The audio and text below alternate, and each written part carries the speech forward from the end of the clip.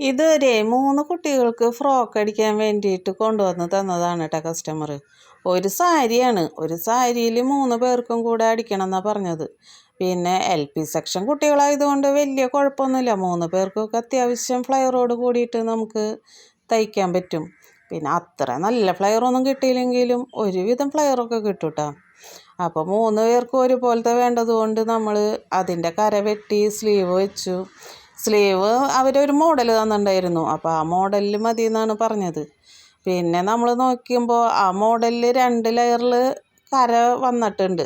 നമ്മൾ മുകളിലത്തെ കര വെട്ടിയിട്ട് അതിൻ്റെ മേലേക്ക് വെച്ച് കൊടുത്തു കേട്ടോ. അപ്പോൾ അപ്പോഴാണ് അതിനൊരു ഭംഗി വന്നത്. മറ്റേത് നമ്മൾ കണ്ടപ്പോൾ ഒരു പ്ലെയിൻ ലുക്കാണ് തോന്നിയത്. അപ്പോൾ അത്ര ഭംഗി ഫീൽ ചെയ്തില്ല. പിന്നെ അതിൻ്റെ ഫ്രണ്ടിലേക്കാണെങ്കിൽ നമ്മൾ നോക്കിയപ്പോൾ വെറുതെ പ്ലെയിൻ ആയിട്ടാണ് കിടക്കണേ.